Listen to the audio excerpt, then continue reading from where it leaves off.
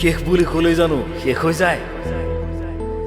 ফাগুন জুৰুলা বতাহ অথবা কোনো অচিন সুঁৱৰি এটা যেতিয়া ভৰুণ নৈখনে নীৰৱে হৈ যায় বিষয় কিছু জীৱনৰ, আৰু সেই ৰাতিটো নিৰ্জনতাত যেতিয়া ছটফটাই সময়, মোৰ নিশাহ নহয় কেৱল মাথো হুমুনিয়া।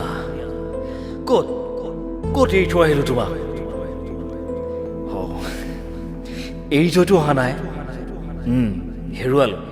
হেৰুৱালোঁ তোমাক। দিন ৰাতি কি যে হৈছিল, সলনি হৈ পৰিছিল জীৱনশৈলী। অকোৱা পকোৱা অসংলগ্ন অসংখ্য প্ৰশ্ন।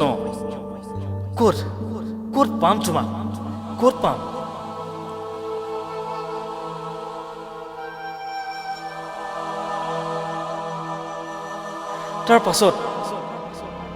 তাৰ পাছত তুমিতো সকলো কথাই পাহৰিলা।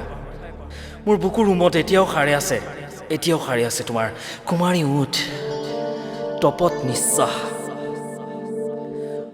সময় বহু কথা শিকালে জানা, বহু কথা শিকালে, কিন্তু শেষ বুলি ভাবিলেই জানো সকলো শেষ হৈ যায়?